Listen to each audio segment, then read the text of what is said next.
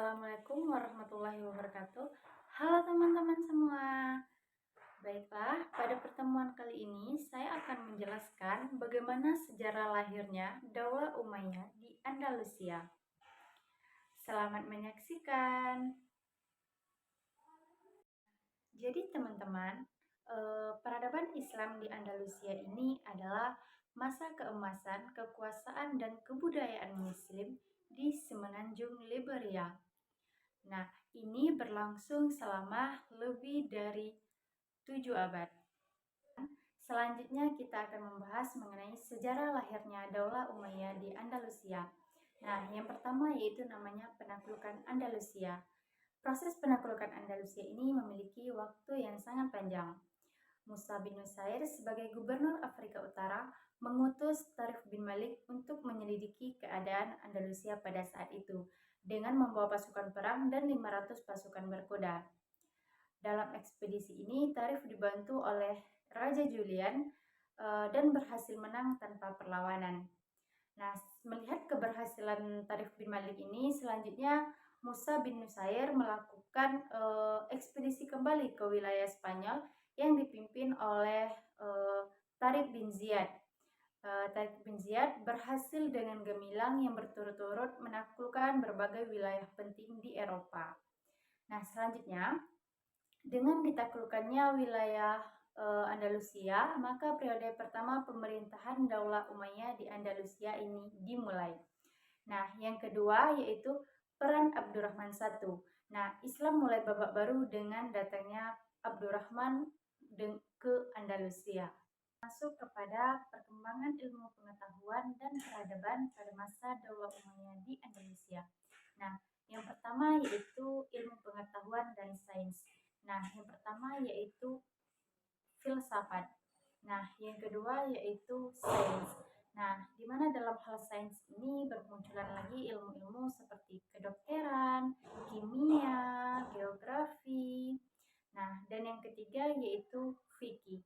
Nah, dalam bidang fikih, Islam di Spanyol ini menganut mazhab Maliki. Nah, dan yang keempat yaitu ada namanya sejarah. Nah, orang yang pertama kali mengemukakan teori perkembangan sejarah ialah Ibnu Khaldun. Nah, itu perkembangan dari segi ilmu pengetahuan. Selanjutnya peradaban dan pembangunan. Yang pertama yaitu ada namanya Cordoba. Cordoba ini merupakan ibu kota Spanyol sebelum masuk Islam, yang kemudian dikuasai oleh Daulah Umayyah. Yang kedua yaitu ada namanya Granada. Granada ini adalah pusat pertahanan terakhir Islam di Spanyol. Selanjutnya kita masuk pada keruntuhan peradaban Islam Daulah Umayyah di Indonesia. Nah, yang pertama yaitu tidak jelasnya sistem peralihan. Maksudnya apa? Maksudnya di sini ialah tidak ada peraturan penting tentang pola pemilihan ataupun pengalihan kekuasaan, yang mana ini menyebabkan terjadinya perebutan kekuasaan ahli waris. Nah, yang kedua, yaitu tidak adanya ideologi pemersatu. Artinya apa? Orang-orang pribumi enggan untuk menerima para mu'alaf menjadi bagian dari mereka. Akibatnya, kelompok etnis non-Arab menggerogoti dan merusak perdamaian. Nah, yang ketiga, keterpurukan ekonomi. Kegigihan para penguasa mengembangkan ilmu pengetahuan dan sedikit mengabaikan perkembangan perekonomian. Nah, yang mana ini mengakibatkan timbulnya kesulitan ekonomi. Dan yang keempat yaitu terasing. Nah, Islam di Andalusia ini bagaikan negeri kecil yang terpencil dan terasing. Nah, ia jarang mendapatkan perhatian dan bantuan kecuali dari Afrika Utara. Nah, hal inilah yang mengakibatkan tidak ada membantu membendung kebangkitan Kristen di wilayah Andalusia. Dan tadi kita sudah membahas mengenai sejarah lahirnya, kemajuan, dan juga kemunduran. Nah, selanjutnya kita masuk kepada hikmah pembelajaran.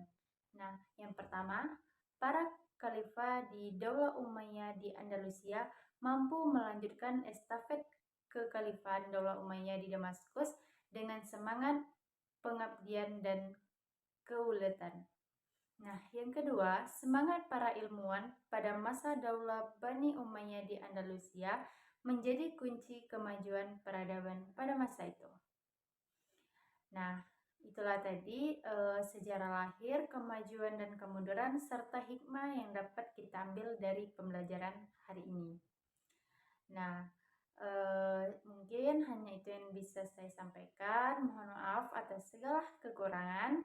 Saya ucapkan wabillahi taufiq wal hidayah. Wassalamualaikum warahmatullahi wabarakatuh.